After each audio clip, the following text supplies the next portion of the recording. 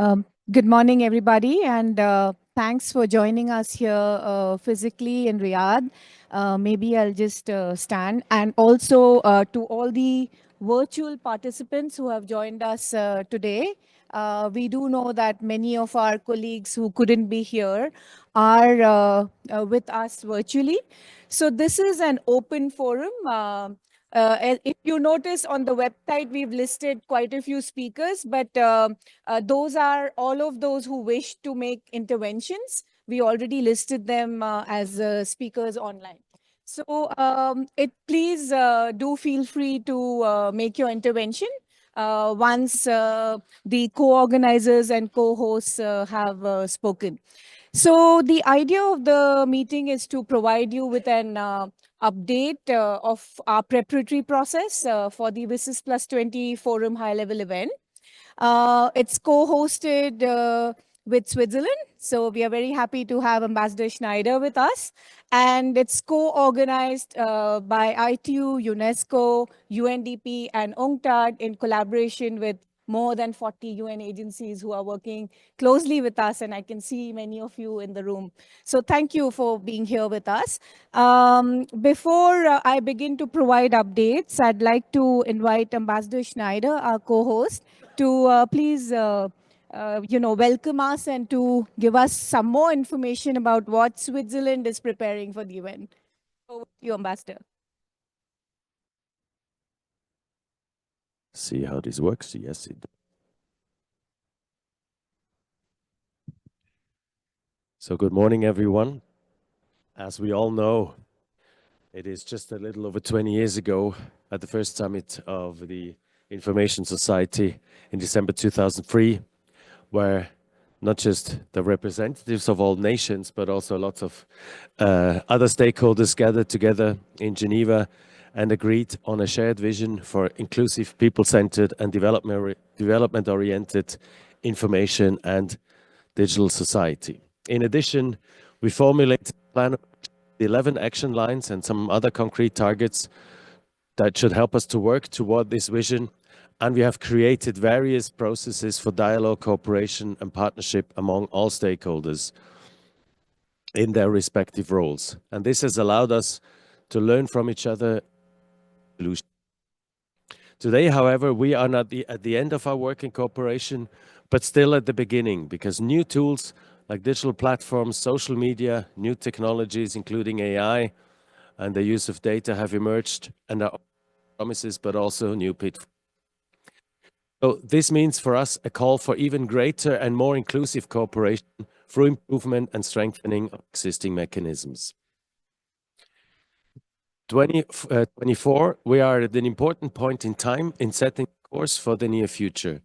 This on the Al+10 meeting, which adopted the São Paulo guidelines, and the WSIS Plus 20 Forum high-level event this May in Geneva, which took stock of the implementation of the WSIS action line. But then we also have, as we all know now, the agreement on the Global Digital Compact, which should outline shared principles for an open, free, and secure digital future for all. But this is, again, not the end.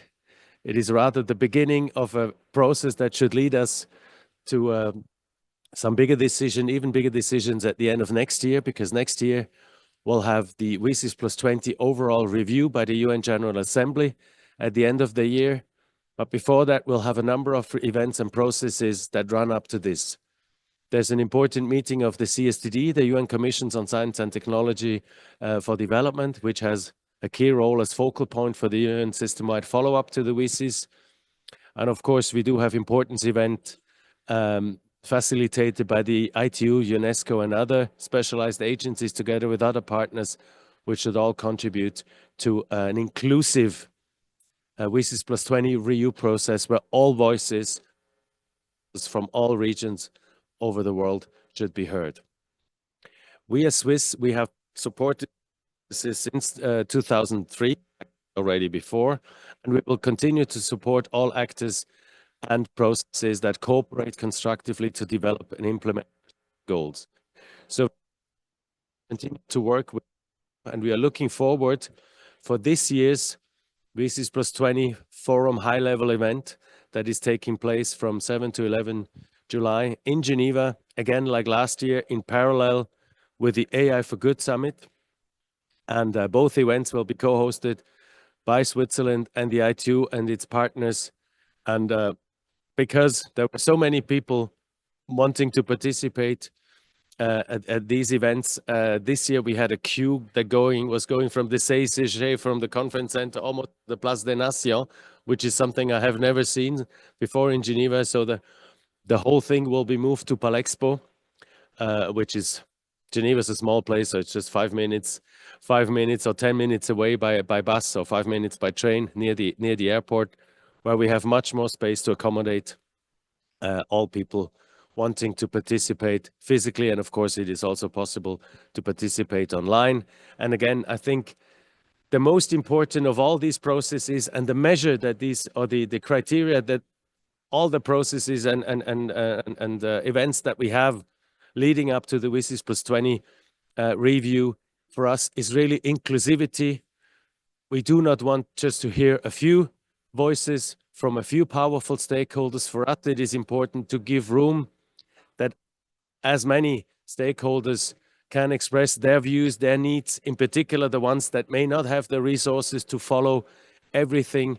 We really have to be mindful to support those stakeholders that are less resourced, that are struggling to keep up with everything that's going on. And this again is why we strongly support the Sao Paulo guidelines, because they provide for some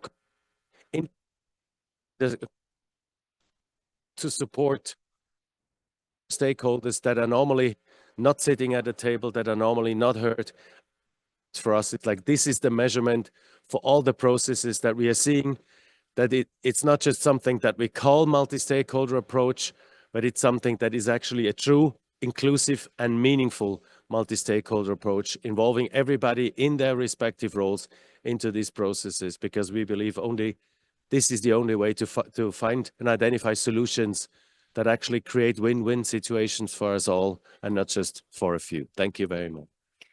Thank you very much, Ambassador Schneider, and also for highlighting the real multi-stakeholder philosophy of the WSIS process. It's really in the DNA of the WSIS process, and we must continue to strengthen the WSIS forum as a platform for this kind of engagement. And for those of you who haven't read the chair's summary from the high-level event this year, I'd like to encourage you to read it. It's a really beautifully written document which also talks about the WSIS Plus. So please do have a look at it and do refer to it in your considerations of WSIS beyond 2025. I'd now like to invite Cedric from UNESCO to give us a little bit of UNESCO's perspective to the whole review process and some of the important timelines that we must consider. Thank you so much.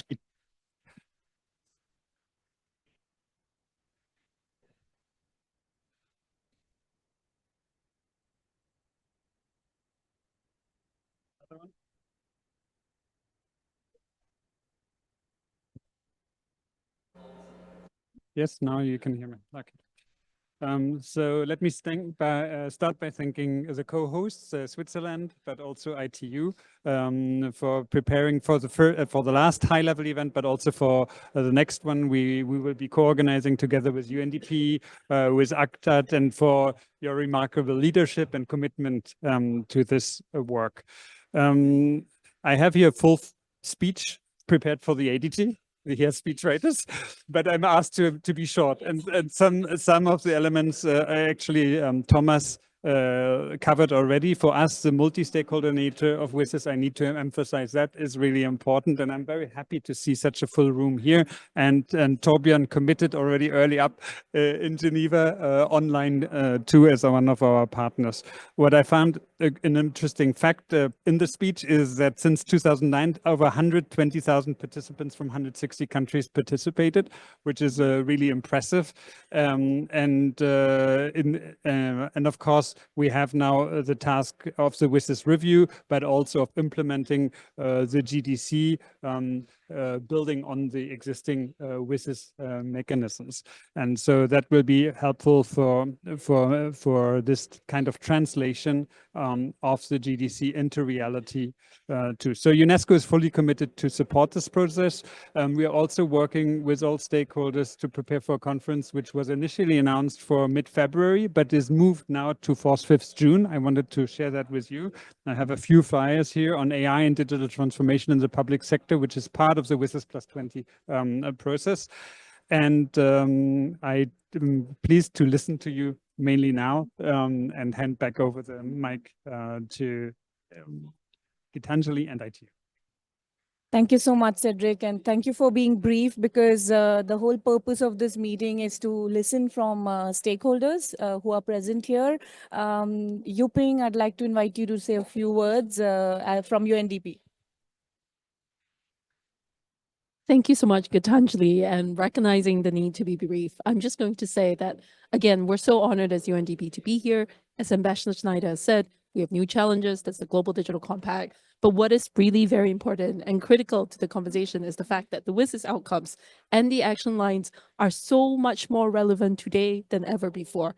And so we're looking forward to the WSIS Plus 20 review as a chance to reflect on all these new developments while reaffirming the importance of what has brought us all together here today, of deep commitment to multi-stakeholderism, being open and inclusive, focusing on those who are most in danger of being left behind, and overall, and in essence, the most enduring importance of the WSIS process and the IGF itself. This is all in line with how UNDP sees a rights-based, inclusive approach to digital transformation and working together with everyone to ensure that digital is an empowering force for people and planet. We're so honored to be here with our fellow UNGIS and WSIS co-chairs at Switzerland and the organizers. We look forward to having you as all part of this process, and we stand ready to fully support it.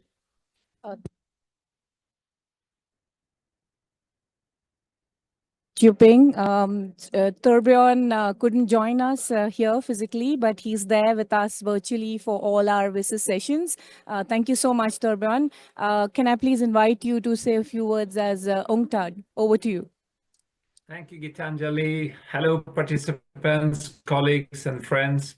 Good morning to you from Geneva. I also wish I would be with you in Riyadh on this important week.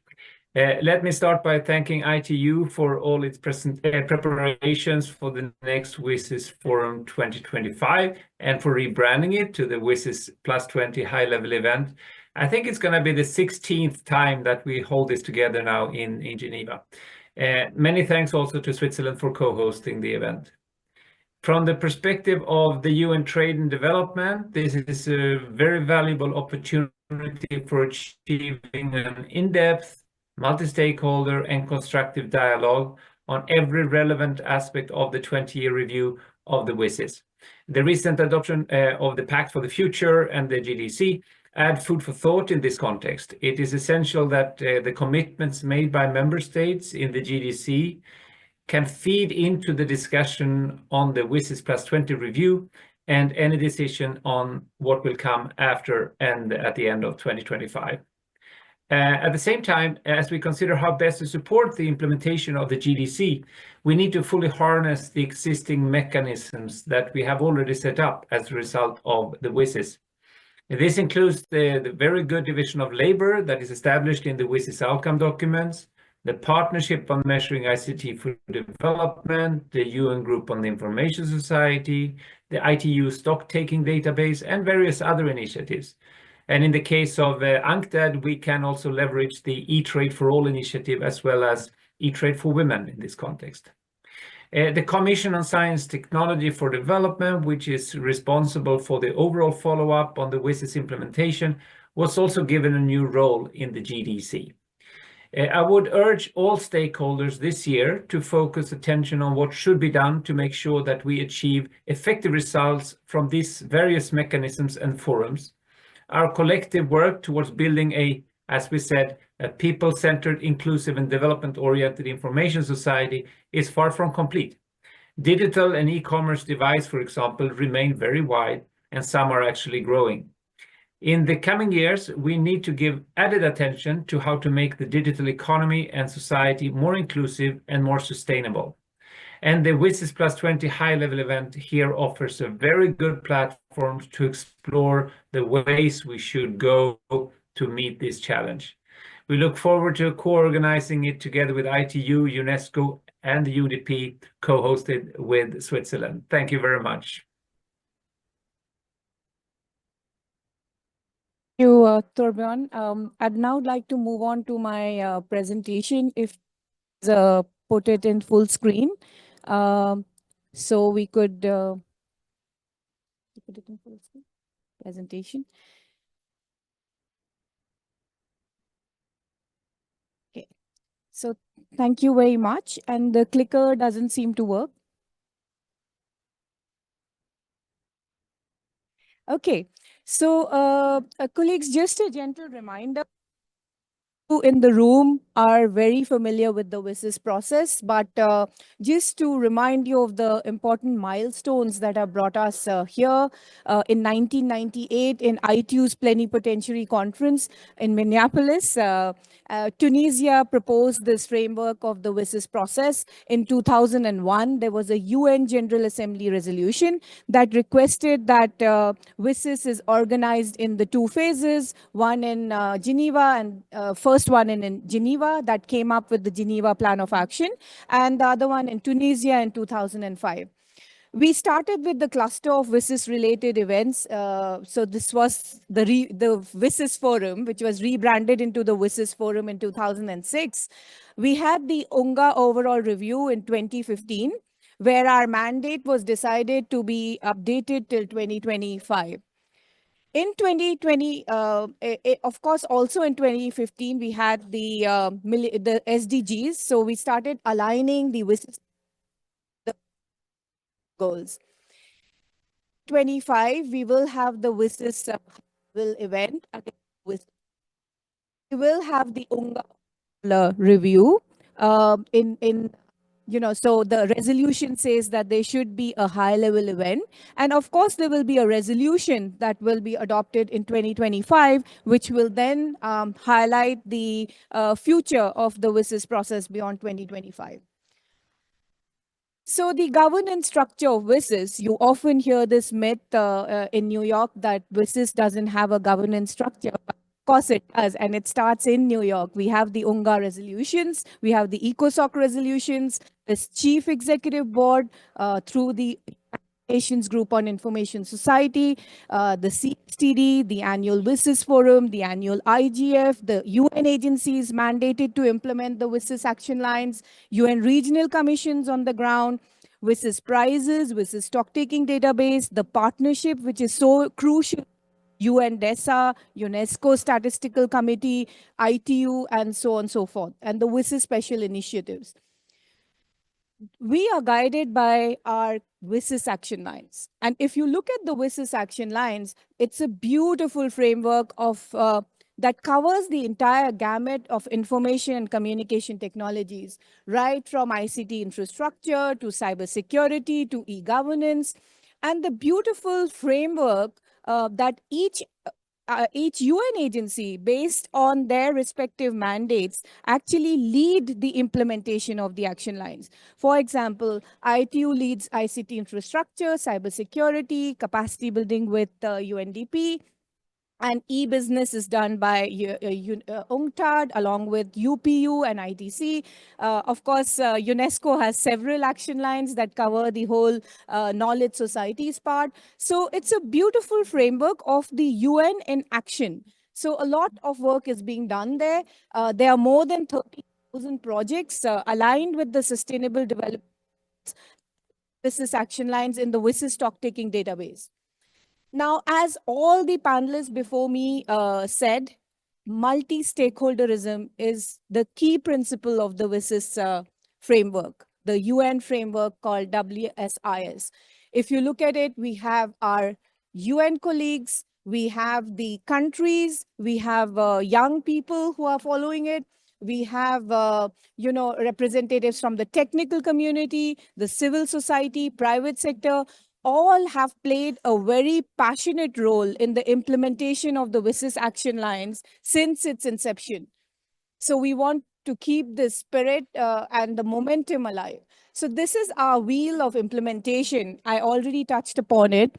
The WSIS action lines, WSIS forum, stock taking, UNGIS, great implementation action wheel, which is already working very well, and all stakeholders are working together to implement it. Now, we heard about the GDC, and the GDC we are very happy that it has been endorsed and it's already in action. But just we have a lot of similarities with the WSIS process, capacity building, protection of human rights, innovation, knowledge sharing, ethical use of technology, AI, inclusivity, bridging the digital divide, promotion of international cooperation. So you can clearly see that, of course, there was always an alignment.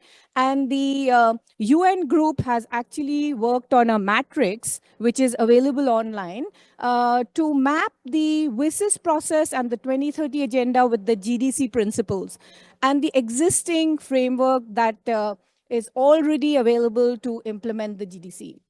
The UNGIS group, those of you who have not heard of it, we are a group of UN agencies in the Chief Executive Board, ensuring that digital always remains an important mandate in all of our agendas. So what have we achieved since 2003? WSIS has targets. If you go to the WSIS outcome documents, we have very basic targets, connecting the schools. So if you look at the Giga maps, 280,000 plus schools are connected, but we really need to do a lot more work. 65% of women are using the internet. 79% of youth are using the internet. We are working with WHO to collect the data for how many hospitals are connected, and 5.5 billion people are online. So these are great achievements, but we need to address the gaps, and the new gaps also that have been coming up. So WSIS has continuously evolved with emerging technologies. The action lines have provided a very, very sound framework to include and adapt to the emerging trends in technology. So save the date. Ambassador Schneider already informed us. We are moving to Palexpo, Geneva, 7th to 11th of July. Please do book already if you can, because you can cancel them later in case your plans change. But do book them, because last year some of you did have problems when you waited till the last minute. So please do book them. Do register soon. Registration will be open. And as WSIS is a UN process, we will have accreditation and visa support from Switzerland. So we are working on all of that closely with, and it will be all available very soon. So our objectives, this year we use the WSIS Plus 20 high-level event to kind of look at what we've achieved in 20 years. But next year, we should definitely look at beyond. We really want more consultative sessions, more outcomes, and really concrete actions and suggestions from all stakeholder communities, the private sector, civil society, technical community, governments, UN system. What are we doing beyond 2025? So we really need to start thinking and engaging. So our agenda is built through an open consultative process. This is one of the venues where you have to provide your suggestions, but there is an online form that you should be filling up and submitting your suggestions until the 14th of March. So based on this, we will be building our agenda and program. So the open consultation process, the next one would be in February, 11th of February, at the ITU headquarters. After that, in April, we still don't know the date. And then on 10th of June, we will be having the final brief. Draft agenda, this is how it kind of looks like, very, very draft, Monday. So we are still waiting for the inputs through the open consultation process, but this is kind of the skeleton, and we will upload this presentation on the website so you can take it from there as well. Consisting of high-level tracks, interactive sessions, WSIS prizes, hackathons, ambassadors and regulators roundtables, the UN in Action exhibitions, and of course, the 20-year celebration. We must celebrate what we've achieved. Key topics that we hear of, the Youth Day, Halima, our youth envoy, more about it, WSIS Plus 20 review, business and academia roundtables, the gender track, extremely important for all of us here, UN focus on the implementation of the action lines, and civil society roundtables. So high level track, as every year, we will have we are also looking at the participation of heads of states this year. We have received several, we have received several interests, I can say, because we will also be celebrating the ITU's 160th anniversary during the AI for Good and the WSIS high level event. So, of course, you heard about the database. This is a beautiful database by the people and for the people. We are just the means to, we are just providing a platform. It's searchable by all these categories. It's really a wealth of information about what's going on in the ground.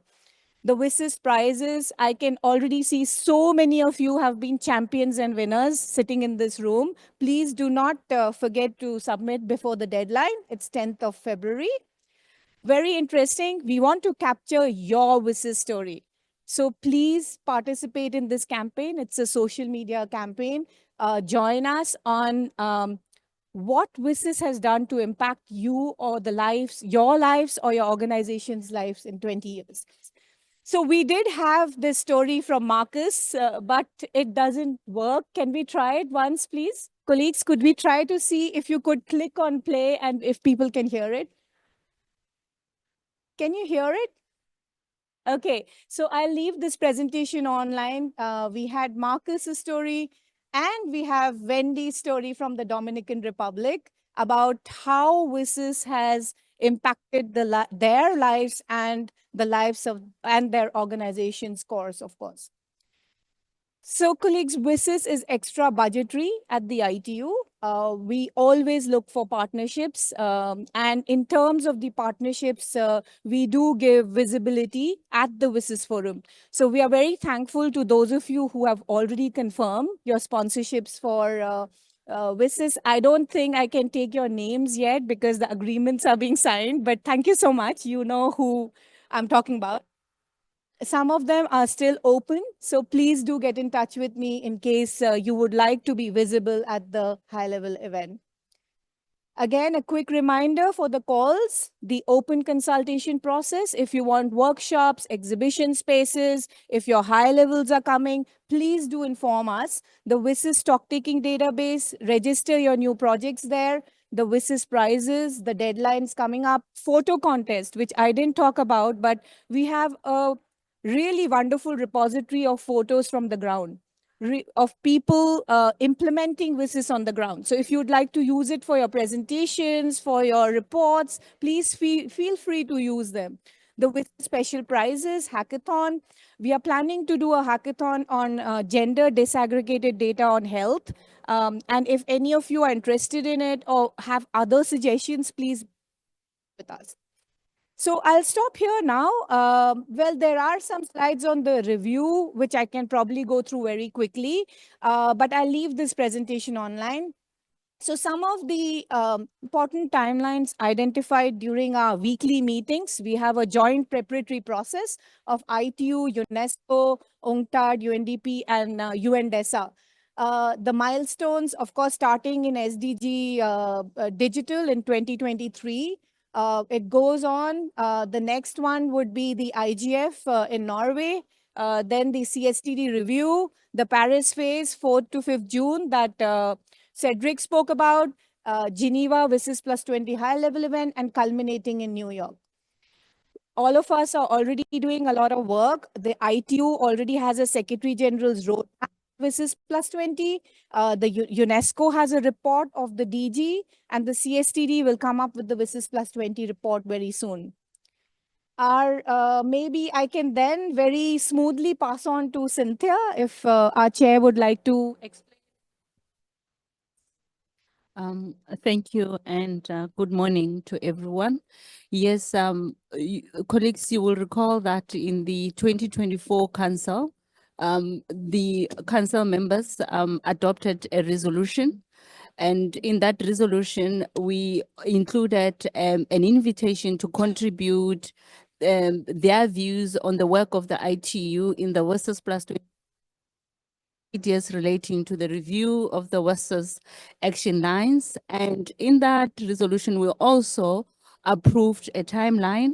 And in terms of that timeline, the ITU was supposed to issue an online form, which was indeed launched in August 2024 for all stakeholders to then respond to the call. And the deadline for that is the 31st of January, 2025. And following that, we then had the first physical meeting, which took place in October 2024 of the Council Working Group, WSIS and SDG. And the next item will then be happening in February 2025 with the Council Working Group on WSIS and SDG holding its second physical meeting. And then we will then move to the 7 to 11 July 2025, where we will be having a side event during the WSIS Plus 20 high level event in 2025. Thank you. Thank you, Cynthia, and South Africa for being such a close partner of the process. Also, just to remind all of you, the UN has been working on updating the action lines in terms of content. So each UN agency, based on their expertise, has already updated the action lines based on the evolution of the context, the 20 years of achievements. I would really like to encourage you to visit the page on WSIS Forum, WSIS 20+20, and have a look at this wonderful work that our colleagues have done. We are now opening the floor, of course, and passing on to our Vice Chair, South Korea, from Council Working Group on WSIS and SDGs. Meena, the floor is yours.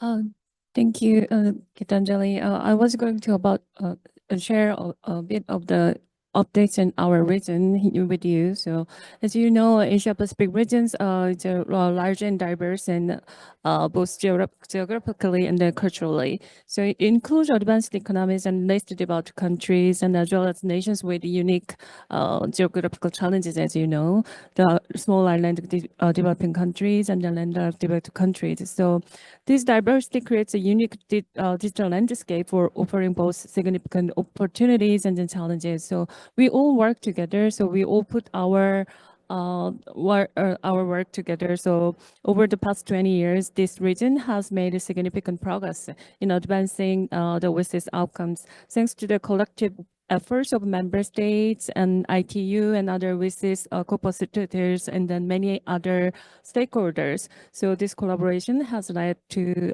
remarkable achievement in ICT infrastructure development, digital inclusion, and the adoption of emerging technologies. So I will continue to explain more at our next session, but I just want to briefly share with you. Thank you. Thank you so much, Meena. Also have Brett, APC has been leading the work on the ground, so much of research, so much of implementation on digital for development, ICTs for development. Over to you, Brett. Thank you very much, Gitanjali. Association for Progressive Communications is an international network of member organizations from around the world. We work in around 70 different countries, and we have been part of the WSIS process from the outset. We are line facilitator, which I think is quite a unique little bit of history that we sometimes forget, that the non-state actor and a non-UN agency as a co-facilitator line 6 together with the ITU. We did not wanted to. I just think, you know, for civil society, particularly those from the global south, this is a very opportunity. Because on that, can you hear me?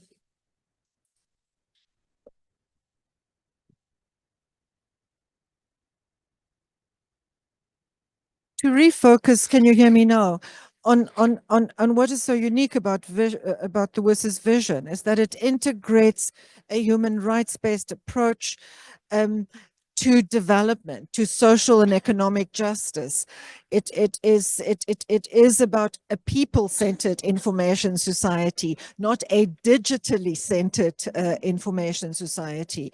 And already APC, along with IT for Change, has initiated a new forum called the Global Digital Justice Forum, which is bringing together primarily, but not exclusively, civil society from the Global South to use this opportunity to launch a revived digital justice agenda.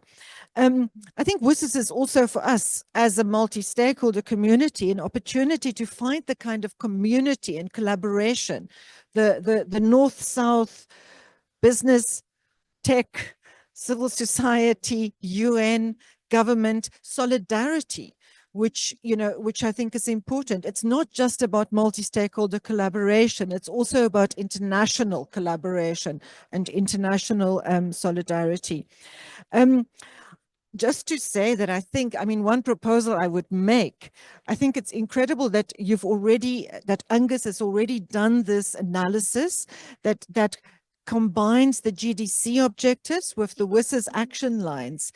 And one suggestion, we'll submit it, but I want to make it now already. I think to think of using the WSIS forum to have your high-level component, which is so useful to bring governments to the WSIS forum, but to have an event design approach where you actually work, rather than have lots of workshops, to bring the community together to validate the work that the action line facilitators have done in updating the action lines to assess how that relates to the GDC objectives, and have maybe an open space or a thematic track proposal where instead of people just all presenting their own workshops, they actually assess, analyze what have we achieved, where are the gaps, and then look at those action line updates that the UN agencies have prepared and comment critically and creatively on those, so that we leave the WSIS forum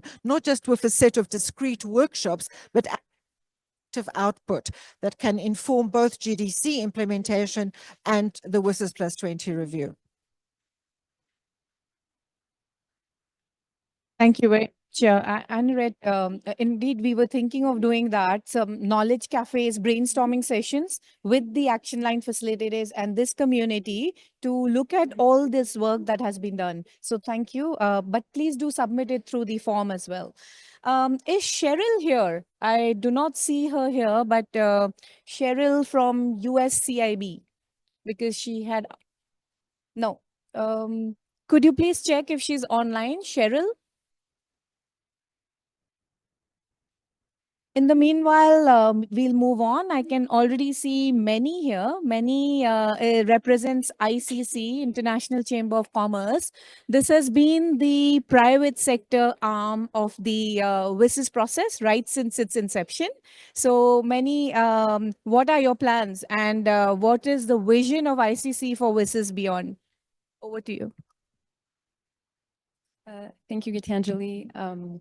And yes, as we just said, I'm from the International Chamber of Commerce. I'm a digital policy manager representing ICC, and we are the international business organization. We represent over 45 million businesses across 170 countries, and this has been a very long process that we have been part of since the outset, and we value extremely from a private sector perspective. We will be at the WSIS Forum next year. Of course, it's a crucial year as we are preparing ourselves ahead of the WSIS Plus 20 review. And we're really looking forward to make sure that we bring them at the sector, make sure that all the people are heard, and we really ensure a strong, let's say, preparation ahead of the review. So there are a few considerations that we really consider, let's say, crucial and ahead of the WSIS Plus 20 review. on the importance of the information technologies and the internet and how those really hold enormous potential for social and economic growth. And of course, that this very potential can only be unlocked when there's multi-stakeholder collaboration across governments, civil society, business, the technical and the academic community. And those all have held true through WSIS, through the WSIS forum that really tracks the progress made over the past year since the WSIS first took place in 2003 and then in 2005. And we really do see the WSIS forum as a valuable component in the process of really tracking the progress made and making sure that we are headed to the right direction. So again, as business, we are really taking our role seriously in advancing the WSIS action lines, and we will make sure to be present at the WSIS forum to work with the governments on the ground, to work with all the stakeholders on the ground, to inform and partner together, to inform the process and partner together for really ensuring outcomes that serve everyone's interests. So just to reiterate our support for the WSIS forum next year, we will be there, and we're looking forward to the discussions that will be taking place. Thank you, Gitanjali. Thank you so much, Mani. We look forward to the private sector brainstormings and the consultative sessions. So Cheryl is from the United States Council for International Business. She was supposed to be here, but she's not here. But they have already informed us that with you, they will be doing some consultative sessions, bringing the business perspective to the WSIS beyond 2025. So thank you so much for being here with us. I also see Renata from Brazil.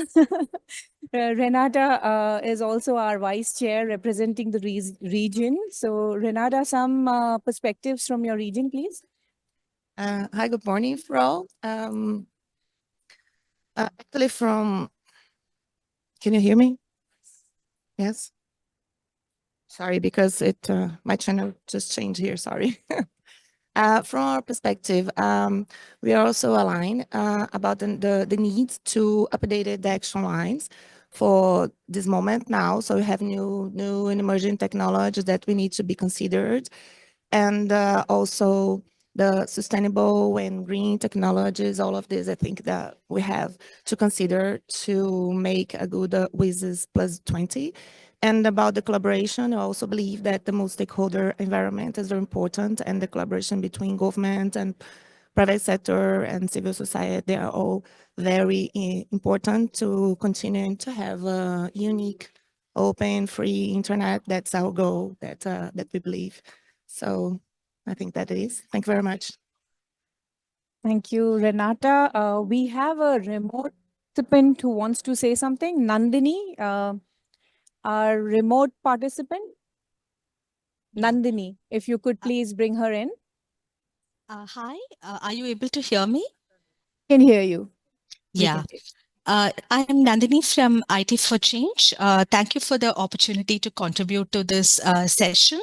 So we just wanted to say that in the context of the GDC adoption, and when we are going into the WSIS plus 20 review in this context, there are a set of issues which we feel the review process needs to look at.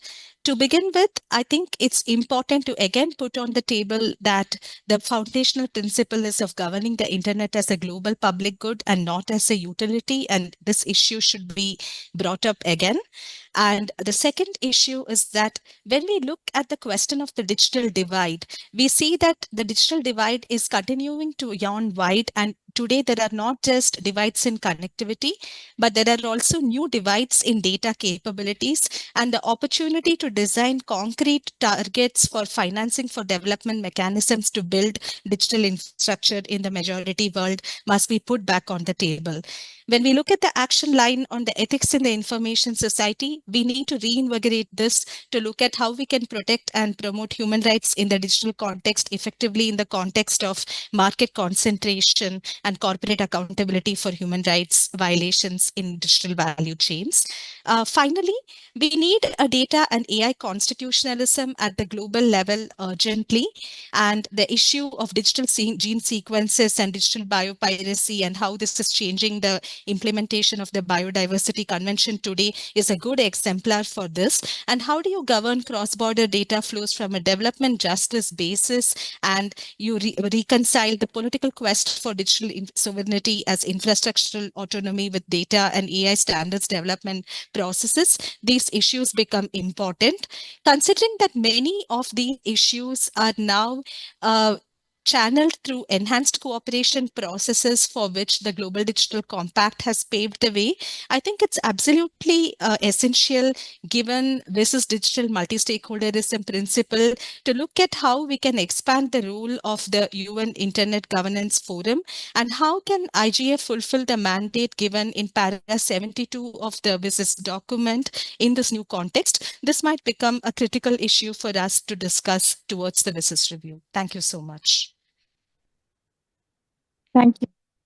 I would now like to invite Mr. Hussain from the Inter-Islamic Bank, Development Bank. Over to you, sir. Okay, so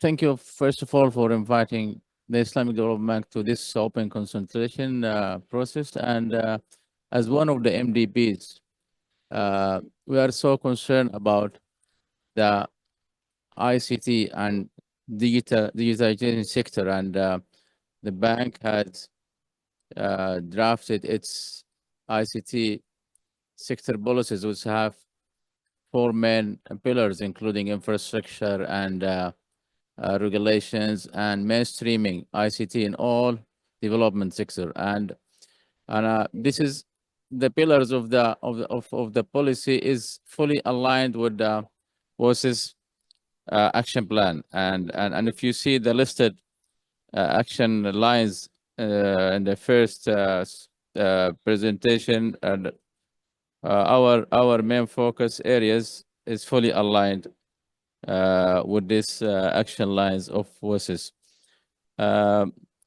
We see that the partnership is a key success, because as an MDB, we found that there is huge requirements in terms of finance, and private sector involvement is a must. And because of that, especially as the South-South institutions, we are having 57 member countries, most of the member countries in the South. So we see that capacity building and development regulations for promoting private investment is a key. And because of that, we have many programs in the capacity development and in development, the capacity and the regulations of the least developed countries to promote the private investment in the sector. And also we have some modality for the partnership and sharing of expertise from the countries in the north or even in the south to some of the least developed countries in this sector. So with that, we see that private investment and development of regulations, in addition to building some of infrastructure, is a key for development of the sector. Thank you so much. Thank you. Thank you, sir. And we look forward to seeing you at the forum. Sweden has the floor. Felix, over to you.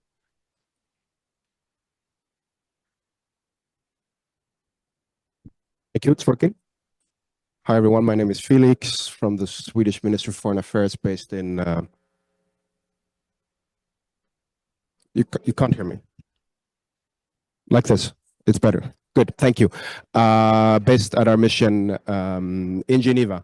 From our side, obviously, we fully support the multi-stakeholder modeled, embodied through the WSIS process and the IGF, and are excited about the important WSIS events and milestone of 2025. A lot of momentum in this process now since the adoption of the GDC, which Sweden was proud to co-facilitate together with our friends from Zambia. As you may know, the modalities of the new Office for Digital and Emerging Technologies. The follow-up of what was called OSET is now being discussed and debated in New York. From our perspective, it's important to avoid duplication, as we've heard from others here in the room. There is already a lot of important work being done by various UN agencies. And as I said, we want to avoid duplication in that regard. Additionally, another priority for us is the what's the word? Ensuring, human rights mainstreaming across these new initiatives being taken. We're excited about the new AI dialogue that was proposed in the GDC and AI panel, and importantly also the new AI advisory board envisioned to be organized by the OHCHR. So that's it for me. Thank you. Thank you very much, Felix. I think UK has the floor. Craig? Thank you, Gitanjali. Good morning, everyone. My name is Craig Stanley Adamson. I am the Head of Internet Governance at the UK Department for Science, Innovation and Technology. My comments are largely going to be around the process, particularly in the run-up to the high-level event next year, but I would like to touch upon a couple of the points that have been made today. First of all, just to say that I fully agree with my Swedish colleague and many others around the room about avoiding the duplication of the GDC, but of course we accept that WSIS will play a strong role in implementing this process, as well as delivering against other processes such as the SDGs. I want to touch upon some of the comments that are made on the action lines. Whilst these are obviously crucial, and of course these were made 20 years ago, we should be a little bit cautious about how we approach them. For example, they were designed as deliberately agile and tech neutral at the time, which means that they can stay current to this present day and beyond. So instead, we need to sort of look at how we frame the outcome of WSIS document around the impacts of these technologies in a particularly future-focused and action-oriented way, which can also ensure that these action lines remain current going forwards beyond 2025. So touching upon the process that we were talking about earlier, thank you, Gitanjali, for your presentation. The UK hugely welcomes the fact that the UN family is fully joined up during this process, which is a great start. We obviously fully support the multi-stakeholder process participation behind this. And I think for us, the crucial element to this, alongside all of these events that are going to take place over 2025, is the role of the co-facilitators. Of course, they're not we don't know who they will be just yet, but whomever they are will play a key role in this process. So one thing that I think could be really important for the high-level event in July next year is for them to be present at this event, alongside all the other events that are taking place, including the IGF. They need to make sure that they get a true audience with the multi-stakeholder community. And I think one thing that'd be really crucial as well, and this would be interesting to get views from UN agencies, is whether they can work together with the co-facilitators to ensure that there is some form of issues paper to be presented at either the UN IGF or the high-level event in July, so that not just countries, but all stakeholders have an opportunity to comment ahead of the process that will take place later in the year.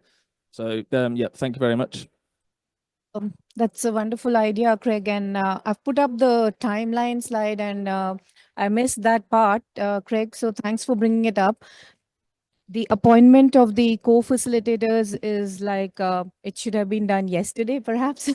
So it's really urgent. And that would be really a nice direction that the WSIS process would take. So we are all waiting for that, actually. Yeah.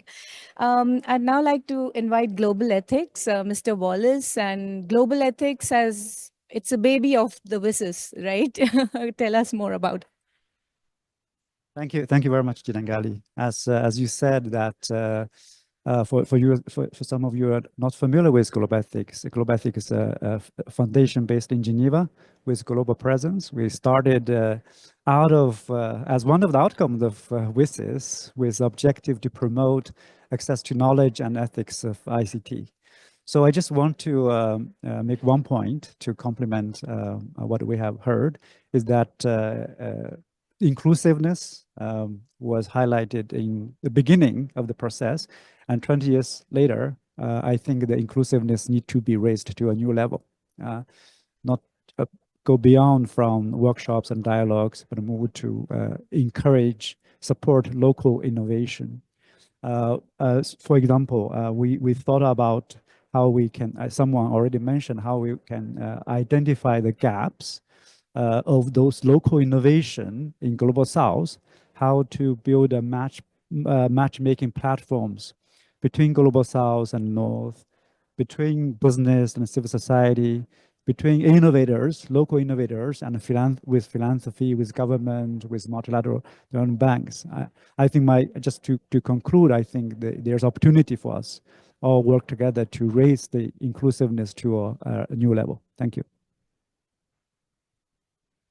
Wallace, if you could just pass the mic to Samia, World Bank.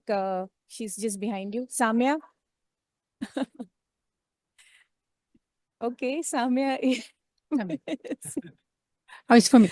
Yes, it's yeah, good. but I'm not so World sorry, Bank. Yes, Delphina. this is Where is yeah. Samia in the room? No, I don't think. Apologies, too many. Okay, But so in any case, yes, in please go one ahead. just 1 Please go minute, ahead. just to say that I'm Delphina. from UNIWIGOV, not from World Bank, but yes, we fully support. We have been cooperating strongly in all these processes. We will keep doing the same. We are living a crucial moment. We need indeed, and a lot of colleagues already mentioned in the room, we need to create some organization and create some clarity about how all these instruments can be used indeed to achieve what we want. I think this is one of the strongest messages that I've been hearing since the beginning of this event. Thank you very much. Very much, Delphina, from United Nations University. Apologies for that. We also have Halima, our Secretary General's Youth Advisory Board member. So Halima, what's the youth perspective you want to bring in, and how can we make our Youth Day at the WSIS Forum more active and action-oriented?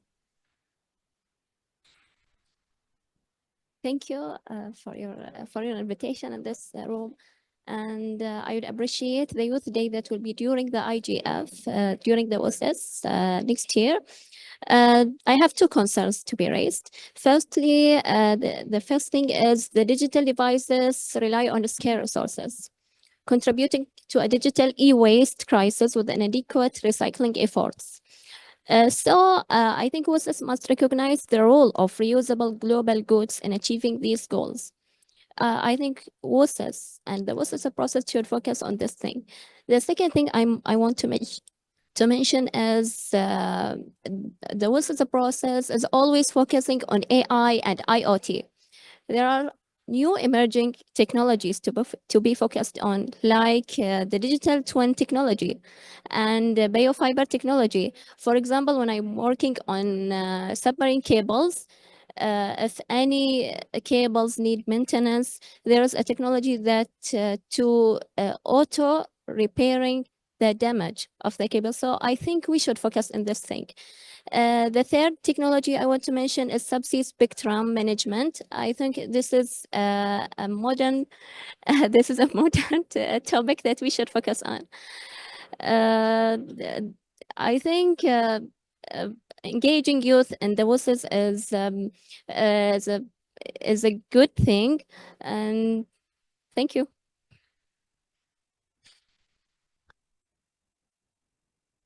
Thank you so much, Halima. You brought so many important points into the conversation. So please submit your inputs through the open consultation process, because that's how the agenda is built. It has a bottom-up approach. And oh, hello, Muad. I just noticed that you were here. Thank you. Thank you for joining us. And as the host, Muad, and always one of the strategic partners of the WSIS forum, Saudi Arabia, would you like to please say a few words?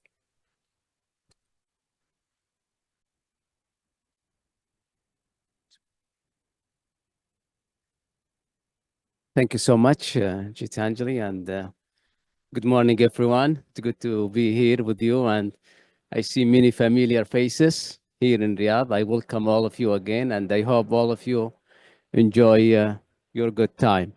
Of course, the GDC and the WSIS, it's very critical subject at the moment. And as we heard already, the GDC was adopted with a very ambitious target and objective. And we wasn't expect, a such successful outcome from the United Nations.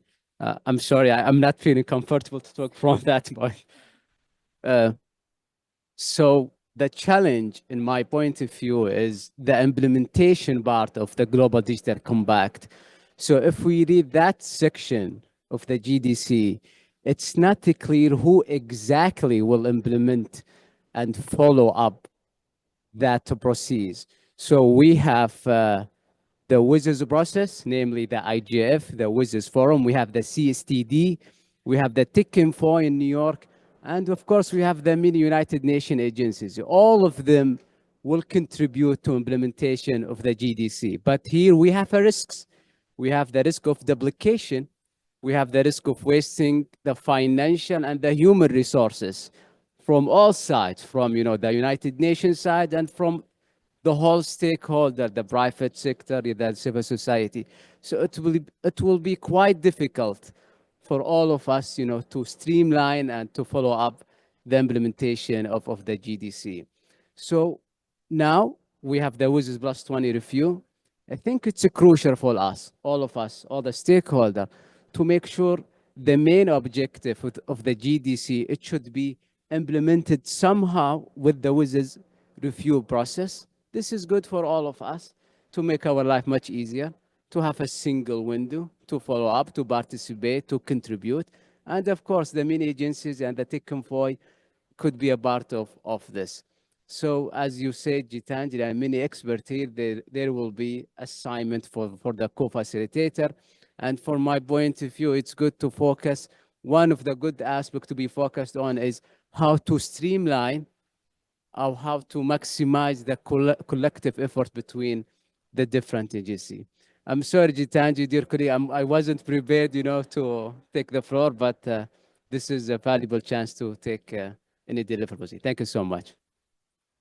Thank you very much, Muad. And Saudi Arabia has had a very crucial role in the WSIS process, the success of the 20 years of implementation. So thank you very much for that. Ambassador Schneider, you want to?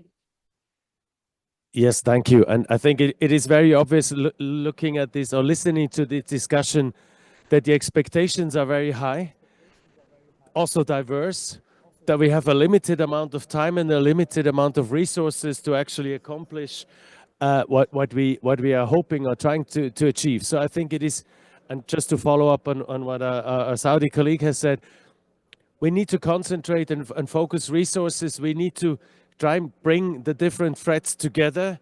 Of course, you can't, there's no one size fits all, but I think it is crucial that we build on the existing structure, on the expertise of the UN specialized agencies in their fields, with their partners in all the countries, and the network that has been grown, facilitated by a number of partners over the past 20 years, that the political vision of the GDC, if we create a new structure to try and implement this, it will take us another 10 years just to create the structure. So we have no choice than building on the WSIS process and in an inclusive way, and inclusive and efficient, sometimes not easy to combine, but I think we have to find a way. We have 20 years of experience with the WSIS framework. We know more or less what works, what is more difficult, and we really have to concentrate on using this framework. In terms of substance, we will not have too much time to discuss about which action lines we need to transform or renew, but we may have to have some discussions on this so that the framework is up to date. But I agree with many that it's actually fairly technologically neutral, so we may not have to reinvent the wheel.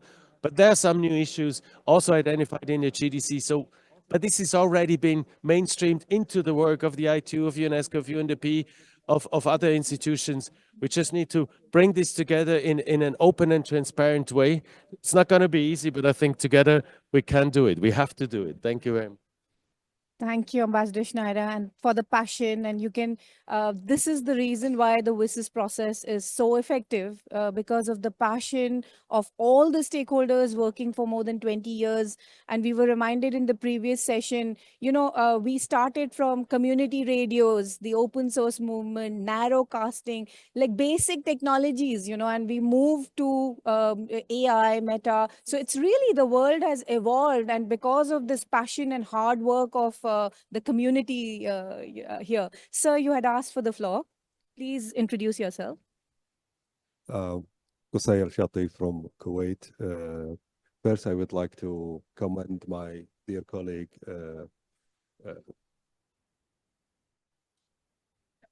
Thomas Snyder. He's 20 years my colleague, and I forgot his name. And right, we're getting older, Thomas. We're getting older.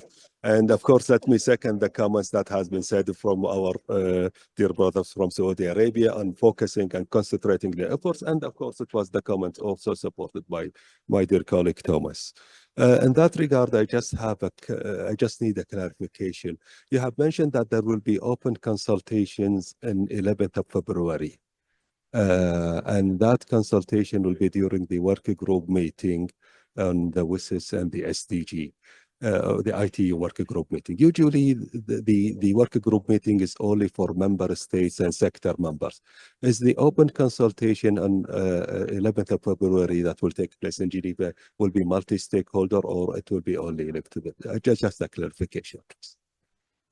Thank you, sir. So basically, we use the opportunity of all of you being in Geneva, and we will have like 1 hour outside the council working group to expand it to the community to be present. So it will be not part of the council working group on WSIS and SDG. Yes, you can just come in. Yeah, you can just come for the meeting. I had seen a hand here, and then I'll move to Anneret. Did you raise your hand, sir, or was it? Okay, Giacomo. Thank you. Giacomo Mazzone, I'm co-chair of the Policy Network for Meaningful Access at the IGF. I want to elaborate on what has been said by previous speakers, and it's about the future of the process WSIS plus 20. Within the WSIS process, you are doing the same reflection that we are doing within the IGF. In the IGF, we are discussing not only about the renewal of the mandate, but about the change of the mandate. And I think that the change of the mandate could be an opportunity to reinforce the strength and the relationship between the WSIS and the IGF. There is a similar process going on within UNGIS on that.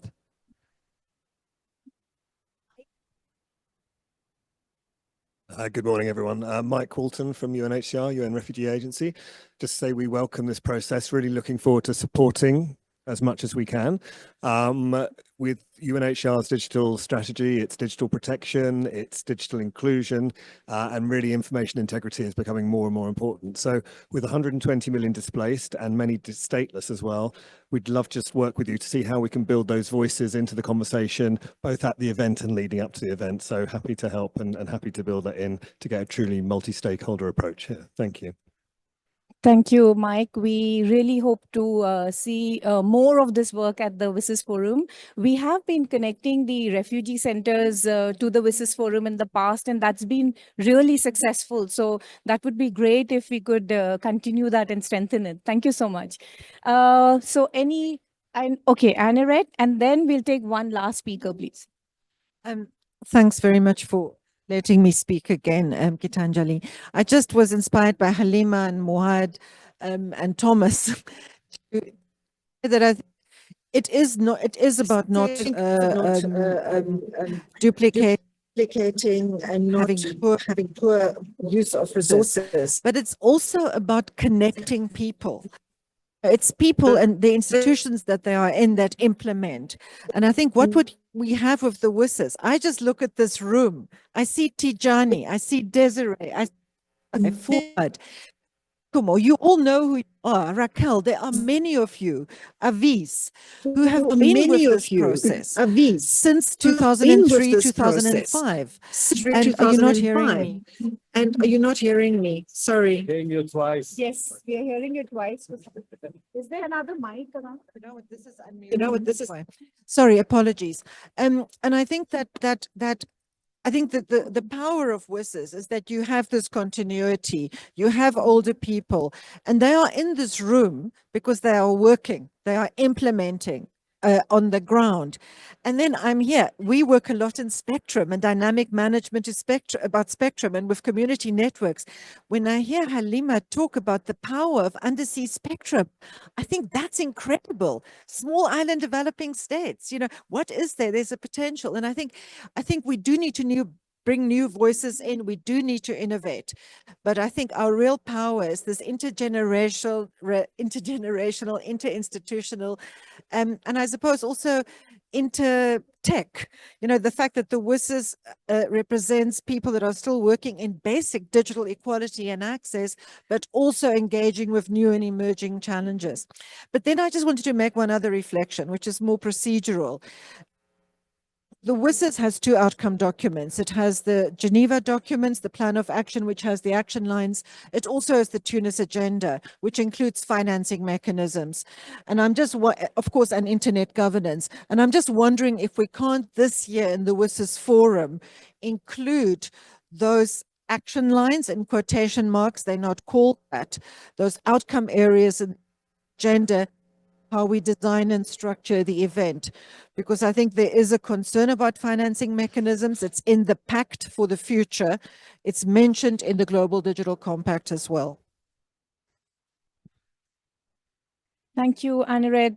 All these comments are very well taken, but please submit them through the open consultation process. There's a form. This is absolutely transparent because once we receive your request, it is put into the agenda of the event. And we also reflect all these inputs online. So we really want it to be like this transparent bottom-up approach. So submit all these inputs into the open consultation process. So any last speaker? Okay, yes, sir.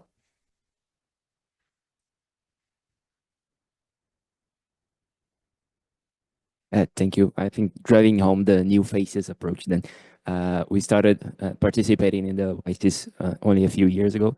My name is Rian. We are from the Brazilian Association of Internet Service Providers, so small operators, and we really would like to participate in the consultations and make sure we're also bringing the small and medium enterprises approach and view to the WSIS as well, because we play, at least in Brazil, we play a very important part, not only on ICT, but on infrastructure as well.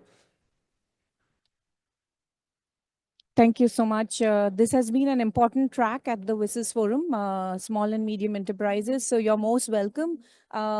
We also do a hackathon every year, like I mentioned. So we have many innovations coming up, and we are looking for incubators as well for all those. So if any of you are interested in, incubating these really young, interesting talents that come out of the hackathons, we'll be very, very happy to connect all of you. I maybe will close with the young lady I met during breakfast, and she's doing such amazing work mentoring young women and girls. Over to you. In Peru and in Paris. Thanks so much. Good morning to everyone. My name is Paola Galvez. I'm Peruvian. I'm still young and under the UN definition. I've been participating in the Youth Observatory of ISOC. I was Youth Ambassador in 2019. And I want to bring the perspective of South America as a Peruvian living now in Paris, but contributing from the Latino perspective. There is a lot to do still in terms of our future digital era. I truly believe that the future of the AI is in our hands. I think the Council of Europe AI Convention, it's a huge milestone and sets the first step on having global standards on AI regulation, but there is a lot to do. And when I met Gitangali during breakfast, she gave me a light in terms of, Paula, we need to think beyond 2025, right? And with that being said, the gender digital gap, it's a topic that was brought by Miss Doreen, by our host, our minister that did amazing presentation on the open ceremony. So the numbers are there. I will not repeat them, but what can we do for that? My small piece is, yes, mentoring girls, because I do think we need to change the mindset so that they can go out of school thinking, yes, I can be part of the STEM sector. But if it's possible, I would like to raise my voice and ask all the ambassadors that are here and policymakers so that we can have an action line on gender gap. I think it's necessary. I have not seen it in WSIS. If it's not in the declaration, maybe having as an annex, or I don't really know the exact word that the policy can make, but let's think about gender gap as a very important topic, because only 3 out of 10 professionals working in AI are women. The data that is being used to train the AI systems are not representative. So please, and we don't need to be ambassadors or representatives to make a change in that, right? So if in our respective roles we can do something like mentoring kids, or sending proposals to consultations. I just finished the UNESCO AI RAM consultation process in Peru. So there's something we can do. Let's do it, because those small steps make a change. Thank you so much for the space. Thank you very much. We've actually run out of time, but very short, please. Good morning. Assalamu alaikum. This is Fawad Bajwa. I'm from Pakistan. I had an organization which is called Digital Data, which connects rural communities to the internet and helps them capitalize on the power that the internet has brought. I've been with this community for over 20 years now, as old as the WSIS process.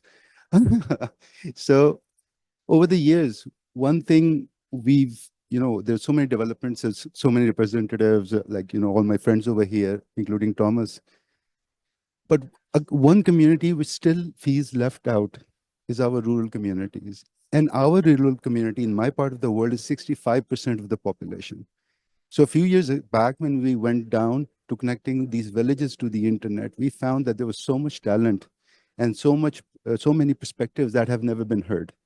So the review process also encourages us to look at, what things have been either left out, been neglected, or haven't been adequately included. And those are our rural communities.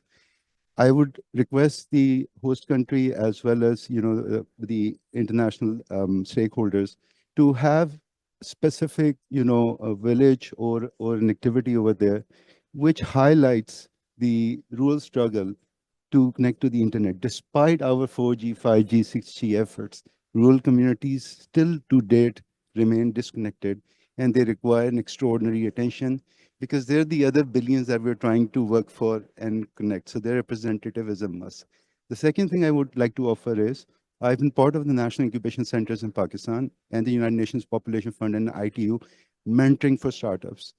So I'm connected to that network, and I can volunteer and offer you that possibility for mentoring the kids, the youth, to actually build initiatives for the next 5-10 years that could have a huge impact on the future of WSIS. Thank you.